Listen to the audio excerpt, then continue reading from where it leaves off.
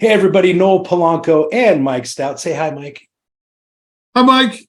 So that's our new standard. Thank you for checking out the Big Guys Biz Show. I'm really excited today because we've got more real estate industry folks, and we've got Jami Busch and Toni Taylor from Iron Title. Hello, ladies. Hello. Hello. Call me a lady. Call me a lady. I met Toni and Jami recently at a Weimar happy hour, and I just thought they were very cool and engaging. And we've never had a title company on. So although I know what they do for the most part, like I always say, I don't know everything. But being a real estate broker for a long time, I've had plenty of fun with title companies. And just like any good partner, you have to have a great title company that you can trust, that's going to be on top of it, take care because they're engaging with your client direct. You really want somebody that you know and trust and that you have faith in. And it doesn't hurt if they're beautiful and fun to talk to, right? So, ladies, Jami, what exactly is a title and escrow company for people that may not know? We are the neutral third party that helps the buyer and seller agents and their clients to close the transaction from the contract beginning to, signing the documents and closing. We are the go-to for everything in between. So like in the East Coast, they used to use lawyers basically to handle the escrow portion, right? So and there are still states, I think there's 7 that are attorney states that still require you to use an attorney. Okay. So that's kind of a good general description. What specifically does the title company do throughout the process of escrow? So once the contract is agreed upon and signed by both sides of the transaction, we would receive the contract, we would open escrow, we would collect the earnest money from the buyer, we would send that receipt out to both agents, and then we would start processing the transaction. We'll pull title, make sure that there's nothing crazy on title. If there is, we work out with the seller and the seller's agent to make sure that we can clear everything so that we do have the ability to give clear title when we close, because that's we call that a cloud on title, which might mean there's a mechanic's lien, or there might be multiple people claiming rights ownership. Yeah, sometimes it's an ugly child support lien that you thought was taken care of because you paid it off, but it wasn't properly released. Sometimes it's an old mortgage that, again, the lender didn't release, or a loan that you took out with somebody who was smaller, didn't understand the transaction, the way it works, and they have to release it. And we go after that and we get that all cleaned up. So once title comes in, we share it with everybody. Buyer goes over and makes sure that the property is, they can do with it what they want. There's no restrictions to that property. Sure. Then we work with the lender, provide them fees, get the loan documents in, get everybody signed. Once that's done, we send the documents back to the lender. The lender funds it. We take all the funds in. We disperse all the funds out for anything that's owed on the property, and then record everything, and transaction's done. And you guys are talking to the county assessor, you're talking to the buyer's lender, you're talking to the seller's lender. You guys got your HOAs. Yeah, the HOAs. Yeah. Irrigation sometimes, trash companies and Sun City has their recreational facilities that you have to contact. So there's quite a few at times that you're, speaking to, just to make sure that you clear everything. So you are giving that buyer clear title to that property. And I heard that I wanted to jump in real quick right at the very beginning. We want to make sure that the person selling the home is allowed to sell that home. Right. That's a huge thing, because sometimes people don't realize, they think they can sell that house because it was given to them they inherited the house, but there's somebody else on there. Sure. Sometimes too that also inherited it, or a portion of it, and they say, let me sell it. I'm one of 2 buyers, maybe there's family members. I'll sell it right here in Arizona. Maybe somebody else lives in another state. We've got to make sure that everybody is who they say they are. If there was a divorce with those spouses, the family members with their spouses, did they get a portion of it? There's a lot that goes into that right at the very beginning. And so when your sellers, if you're the agent and you have a seller that wants to sell a property, we as a full service title company, we actually want to work with you before you even list that property. Right. Maybe clear up, look at what's on title right at the very beginning. And not many title companies want to do that because it does cost them time and money. And we're a little different in that way, that we want to do all that work for you upfront at no cost at the very beginning for now. I mean, we may change that later if people take advantage of that. But for right now, that's how we do separate ourselves from all of the other title companies that are out there. We will work with you right at the beginning, get through those clouds, work with the seller to get rid of those issues before a buyer comes in, because there's nothing worse as an agent. You know this, you open escrow and you've got 30 days, sometimes less, sometimes a little bit more. And all of a sudden now there's issues. And it's like, it's already panic stations. We're like ducks. You know, we paddle underneath and nobody really sees it. We're like totally cool on the top, but we're like, let's get this done. Let's get this done. So I didn't mean to interrupt, Jami, but I needed that out there. No, Absolutely. that's good. And I'm glad you kind of took it that way too, because let's say I'm working with, obviously when I'm a listing agent, I'm always going to list the title company that I hope the buyers will want to use. But in my view, it's always kind of the buyer's decision. I feel like, you know, they're the one that are going to be accepting and taking on the title. They're both equally important, but I feel on the buyer side, it's much more important, you guys' role. So I just feel like the buyer should be able to choose. So when I see somebody that says title's already open, that's kind of what you're talking about. You guys have already done that background work. Yeah. And a lot of title company, a lot of agents will say the seller prefers a particular title company. And that's just because they've got a really good relationship with the title company already. They know how they work, that they're thorough. And but with us, we will usually say, you know, to our listing agents, title is already open with us, escrow number 1, 2, 3, 4, and we can show you the title work right from day one. And so a buyer on that, they should know that if it's already started, this work has already been done. And, you know, look at how thorough they are right from the get-go. And if that's how they are from the beginning, this title company, they're going to be amazing throughout the escrow. And we always want to recommend to our clients, our partners, because we know and trust them. It wasn't so long ago that, you know, title companies used to send me tickets to Suns games and stuff. And I'm like, okay, yeah, I definitely want to use you.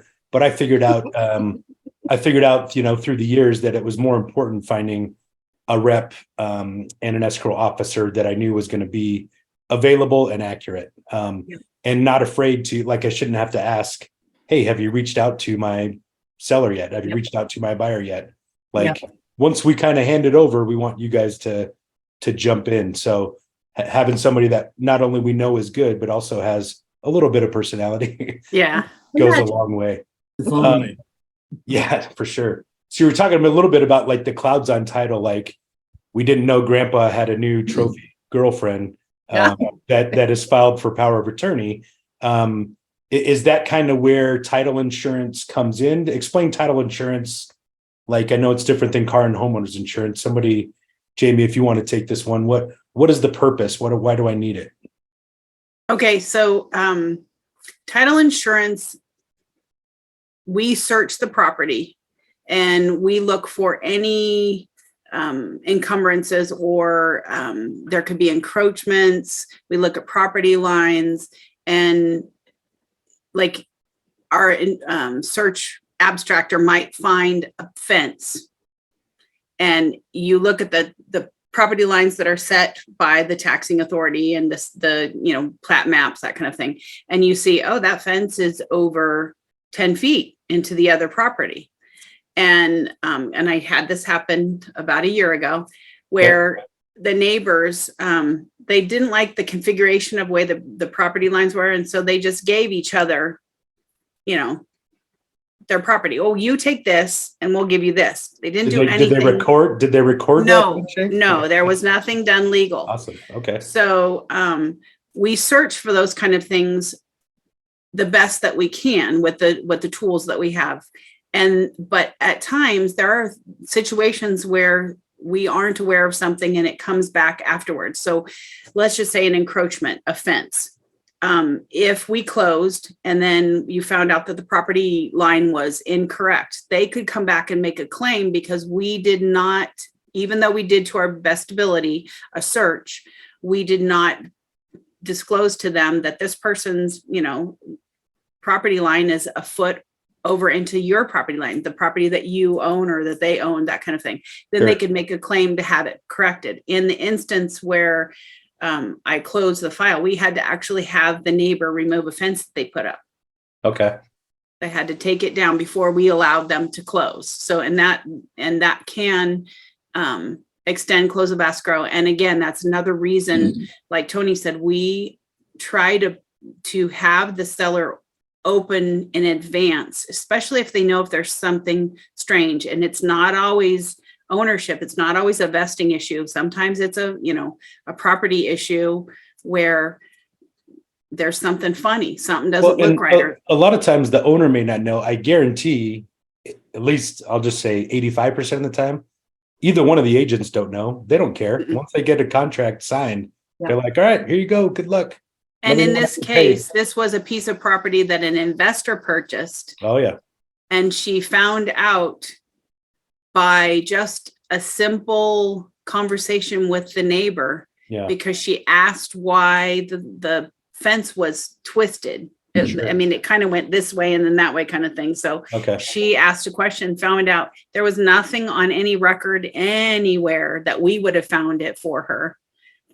So title insurance helps with that, but what does the title insurance cover and what does it not cover?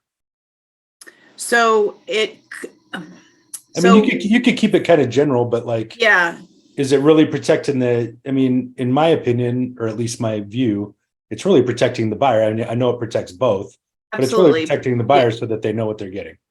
Yes. And that they have a good, a good piece of property that they own without any issues. So like title forgeries, as we all know, that's a big thing right now. So sometimes somebody will go and record a deed afterwards, record ownership. If that happens, they can come back to us and instead of them paying an attorney to fight to clear that, they've bought an owner's title policy. We fight for them. We have the attorney that goes to court for them. Okay. Back taxes. If we don't find that there are back taxes when we close, and then they get some sort of notification that there are back taxes, and it can be on a mobile home, it can be on the property. We go back, we take care of that, we pay it, we get it cleared up for them. Filing errors, recording errors. Sometimes somebody will put the wrong legal description on a property and it records against theirs. So those are the things, unknown errors, all those things. That's why we try to do the best search we can. But if for some reason something happens, something does not get released, our title insurance goes back and takes care of that on our dime, not theirs. Okay. A lot of times cash owners won't purchase an owner's policy because they're told they don't need it. But the hard part is if something like that comes up, then they've got to put the dime and put that money out to, get it cleared themselves. Have you guys been seeing a lot of these deed title thefts? And if so, is it easy? And if so, on that, can you show me how to do it? I'm just kidding. I was just going to ask that too. Naughty. So it's something scary. I've been I did see one. I know that a lot of scammers are out there trying to intercept emails to trick people into sending earnest money and closing funds to them. So I've heard of this 100 times. It actually happened to me last year, and my client sent $90,000. And luckily the bank was able to stop it the next day. But they had literally, my email signature was at the bottom, and the title reps, the escrow officer's signature was in there as well. But if you looked at the actual email it came from, it was totally bunk. Yeah. But they literally cut and pasted both of our signatures and made it look like a real thread. So I don't know how they intercept this email, but somehow they got in there and were able to trick them into, giving them routing information to send money. It's very difficult when you're in the middle and when you're in the middle of a transaction and towards the end, it's like it's super busy and we've got to move really fast.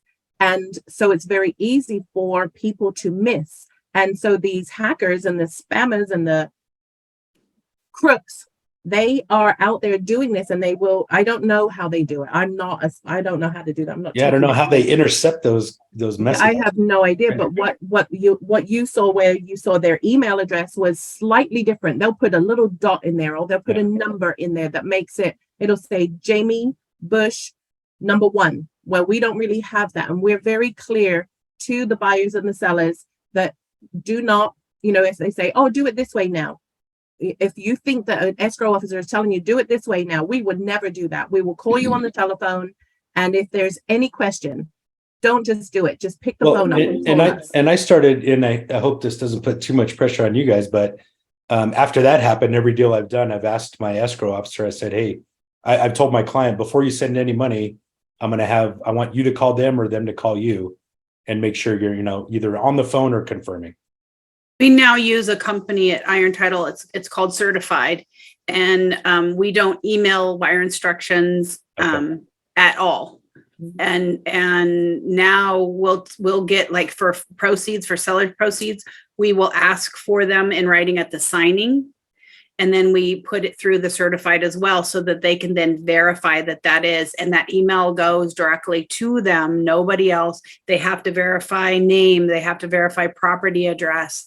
It's just one more step to allowing us to give them encrypted, secure wire instructions that cannot be accessed by an email, and also allowing them to verify, yes, this is me. This really is me. It really is my account. And the nice thing is you can do the same thing with the payoffs, because that's another big thing now. They're hacking emails, and then they're going in and they're pulling the payoff email, and they're changing the routing number and the account number. And if you're a seasoned escrow officer, unfortunately, in our brains, we have these things memorized. You go, wait, that's not Wells Fargo's routing number. But not everybody understands that. I didn't notice it, So, and a lot of those deeds are, because of the way that we record now electronically, especially more so with COVID, a lot of those deeds are people just cutting and pasting the bottom of another deed and another notary using a notary's information. They don't even know that has been placed on the document. So it's scary. There's a lot of things that you have to look for. We now have a notary acknowledgement form that everybody has to sign when they sign that, yes, I really did, upon, perjury and prosecution of law, I did sign this person. They're just things that we have to keep. I did real estate transactions for 16 years till it happened to me. And then now I pay a lot more attention. But 3, 4, 5 years ago, there's a couple of years ago, I did 40 deals in a year, which is a lot for me because I mostly do property management. Yeah, that's a lot. I was like, hey, once I handed it over to title, I didn't pay that much attention to that part because I'm moving on to other things. Yep. So yeah, it's good that you guys are implementing extra security and tactics to beat these baddies. And I'm sure Mike's seen some, doozies in his. Oh yeah. That's the whole reason that we spun that other company off to stop this stuff, because it's just, you saw lockdowns happen and people just got more and more brazen, and it just continues. And creative, right? Absolutely. Yeah, crazy. Yeah, so Mike, he does background checks, identity verification, all that stuff. Pretty soon you guys will have to do, eye scanning to make sure we're sending payoff funds to the right people. It's out there. Yeah, I'm sure. So some people ask me when I'm working with a brand new buyer or seller, they ask, do I have to use a title company? And obviously my answer is always, well, you definitely should, but does somebody have to use it? And on top of that, who pays for the fees? I know the answer, but I kind of want to hear what you guys think. So if you're buying cash, you don't have to. You can take that responsibility into your hands. You can, do the transaction. I will tell you that most title companies, an uninsured deed, there's a lot more documents and affidavits that we make both sides. You're going to have to go back to that person. Even if it's 20 years down the line, that person's going to have to say, yes, I did sell this house. There's no encumbrances due.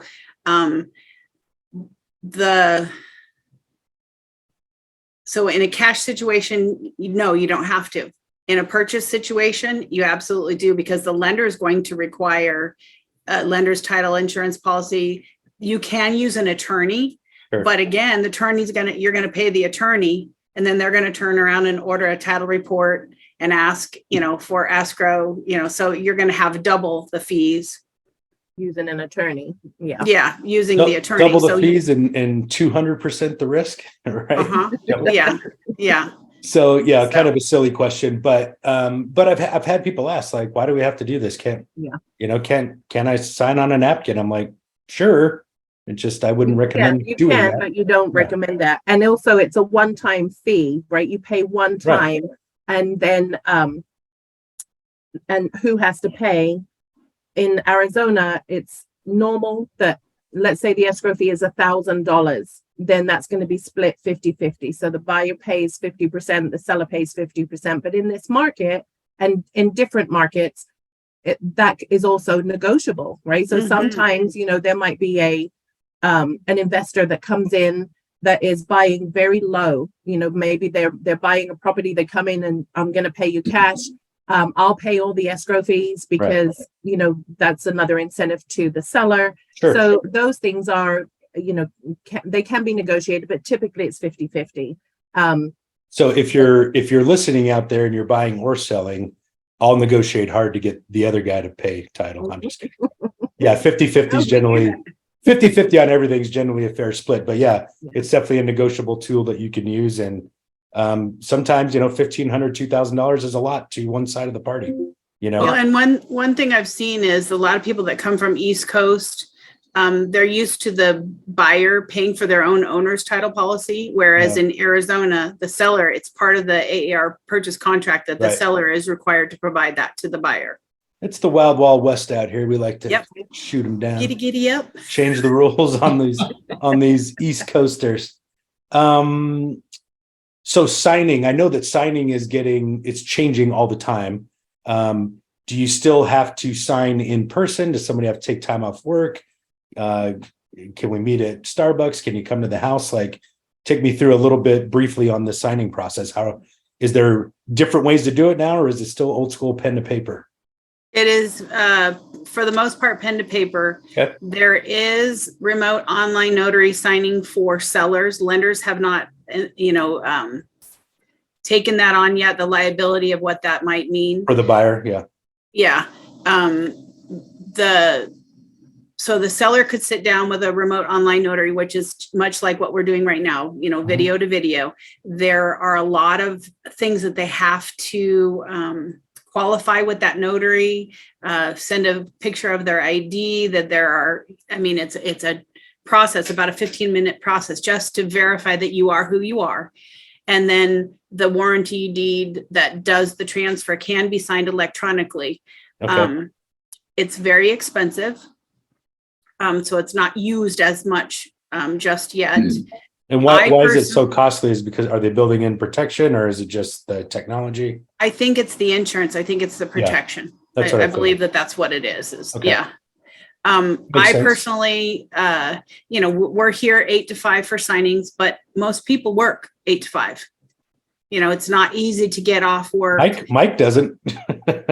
I know that for a fact. So Mike, when we sign, we expect you to come into the office. Yeah. Where's that again? Where's the office? On Bell Road around 70th Avenue. Perfect. Come on over. But No, I want to make it as comfortable or as easy for the, client as possible. So I try to, if they want to come in, some people don't want you to come to their home. If they want to come in, that's great. If not, my first thing is to have somebody come to their house at their leisure after, they get home from work, after they've fed the kids, Have you seen some people's houses, by the way? Yes, I've had people where the notary arrived and they're like, yeah, I have a big dog. You can't come in the house, and they sign at, 120 degrees on the hood of a car. Yeah. And it's like 120 pages. Yeah.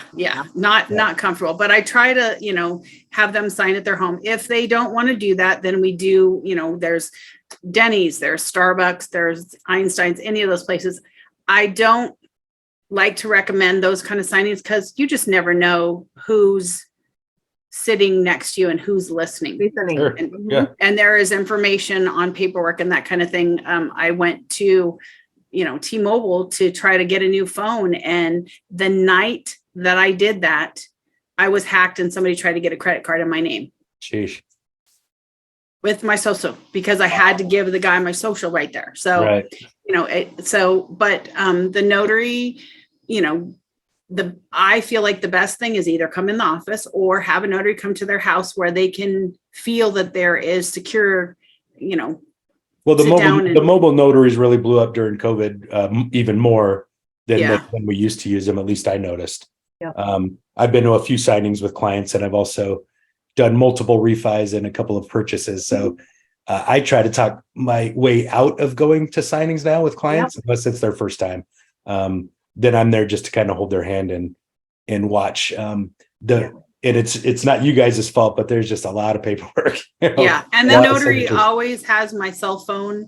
Yeah. I'm always available, during that time, even if it's after hours, because there are questions that arise or they don't understand. Sometimes they think it's something that I can answer and I have to defer to the loan officer and we get that person on the phone. But you'd much rather answer those questions while it's happening rather than them get so frustrated or, mistrustful that they say, nope, we're stopping right now. I'm not Sure. going any further. And you got to start all over again, which is never good for anybody. So on that signing topic, do I have to bring my wife with me? If you are married and your wife is on title or not on title, yes, she must be there because if they're on the loan docs, obviously she has to sign everything. If they're not on the loan docs and they're not on the home, she has to sign a disclaimer deed and she has to understand exactly what that disclaimer deed means. What And does that it means- mean? Tell us It what it means. means that if you are signing, it's a spousal disclaimer, you're signing your rights away to that home.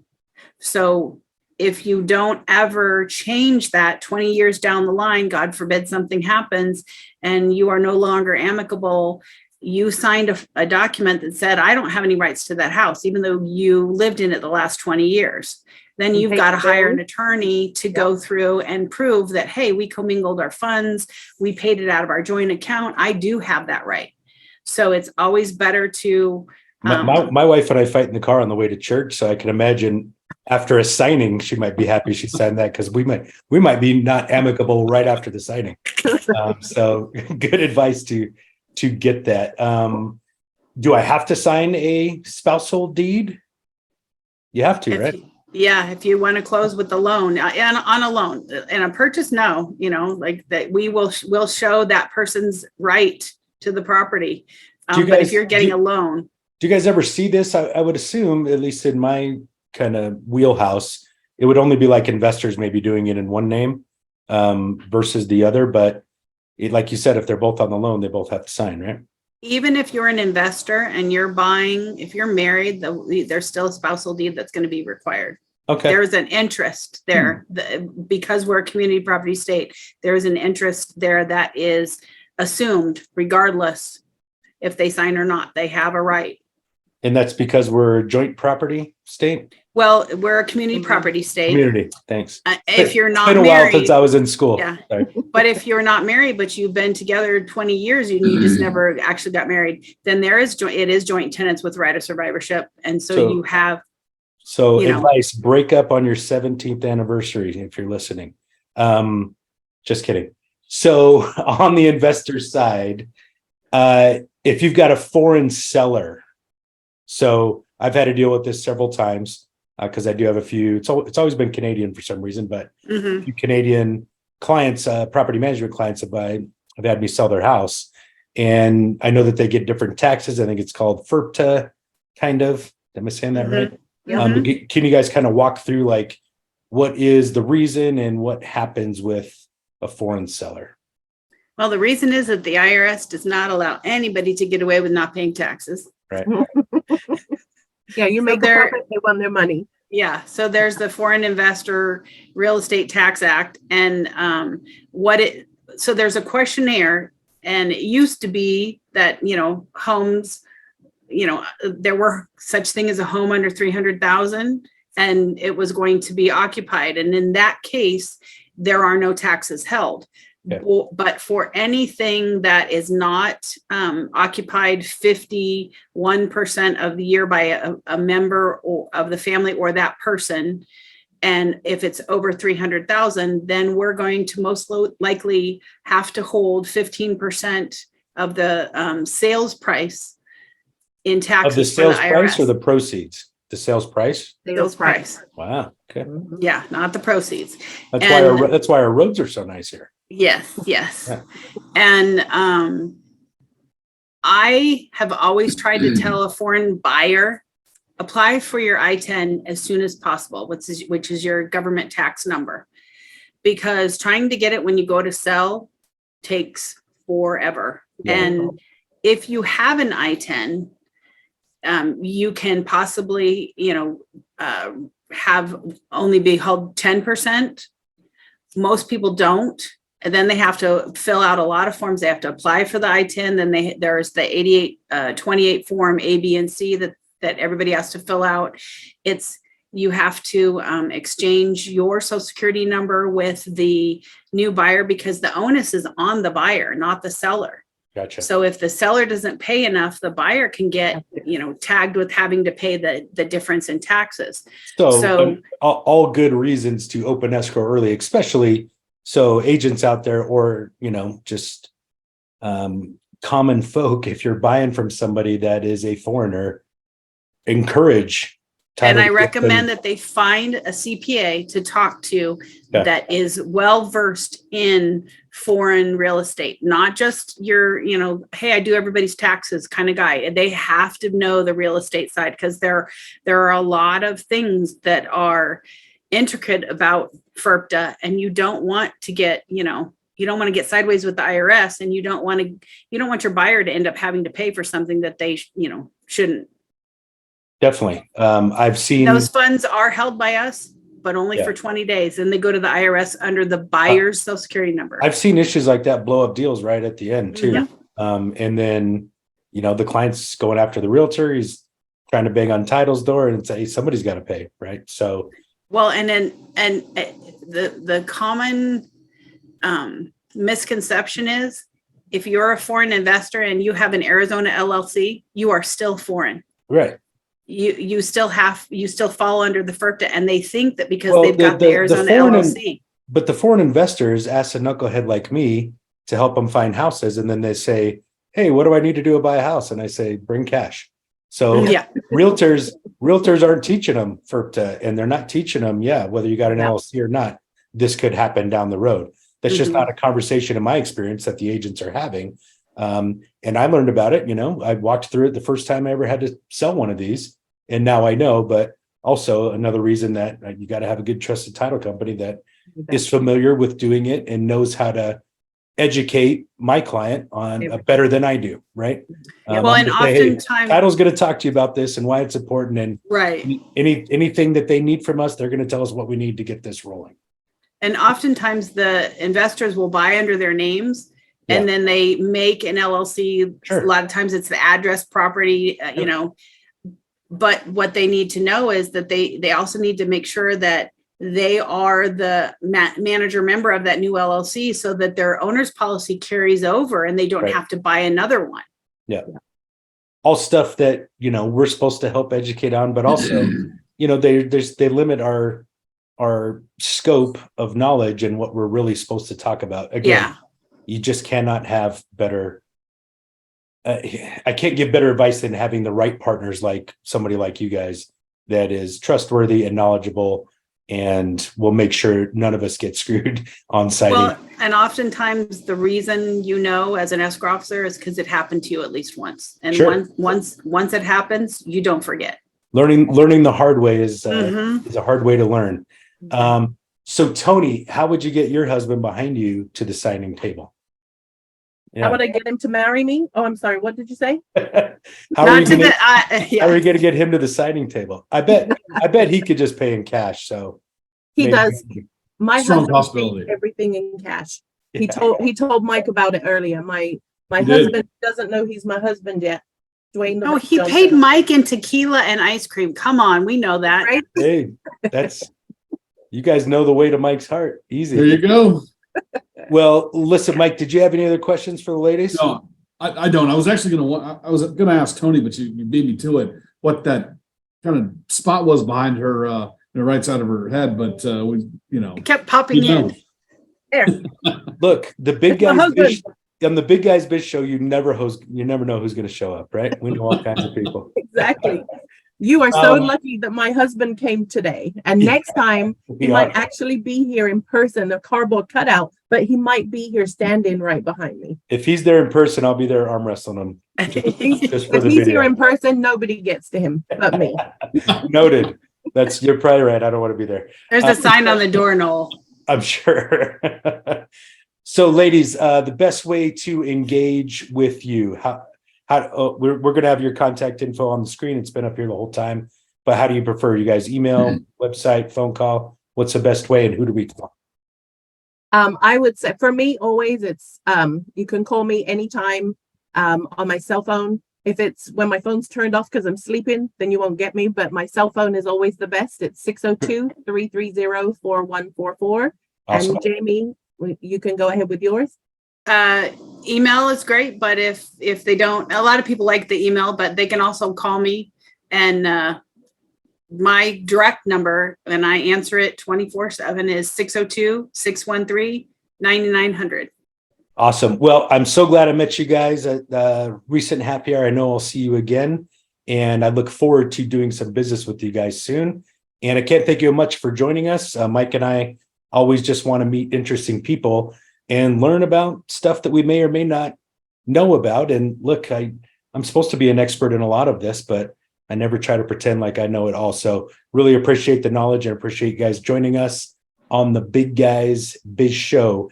If you're out there and you watch this and you want to be on our show, hit us up. We'd love to have you. And Jami, Toni, thank you guys again. And stay on, and we'll say goodbye here in just a second. Thank All right, you. thank you guys for having us.